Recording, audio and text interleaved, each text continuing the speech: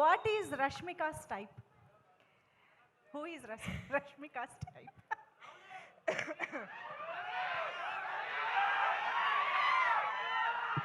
అందరికీ తెలిసే. అక్కడి నుంచే వచ్చిందంట ఆన్సరు.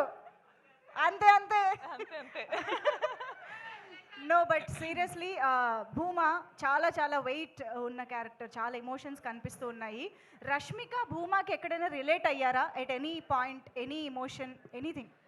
నాకు భూమా అనే క్యారెక్టర్ విన్నప్పుడు, నాకు గర్ల్ ఫ్రెండ్ అనే స్టోరీ నరేట్ చేసేటప్పుడు నాకు ఒక్కటి ఏమనిపించింది అంటే, మన అందరి లైఫ్లో జరిగే సిచ్యువేషన్ ఇది.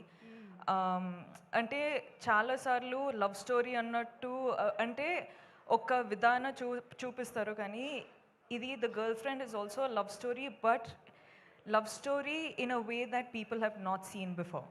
ఓకే. అంటే ఆ సెన్సిటివ్ టాపిక్స్ ఉంటాయి కదండి, అంటే మనము బెస్ట్ ఫ్రెండ్స్ తోటి మాట్లాడుకుంటాం కానీ బయట వాళ్ళతోటి మాట్లాడము. అవును.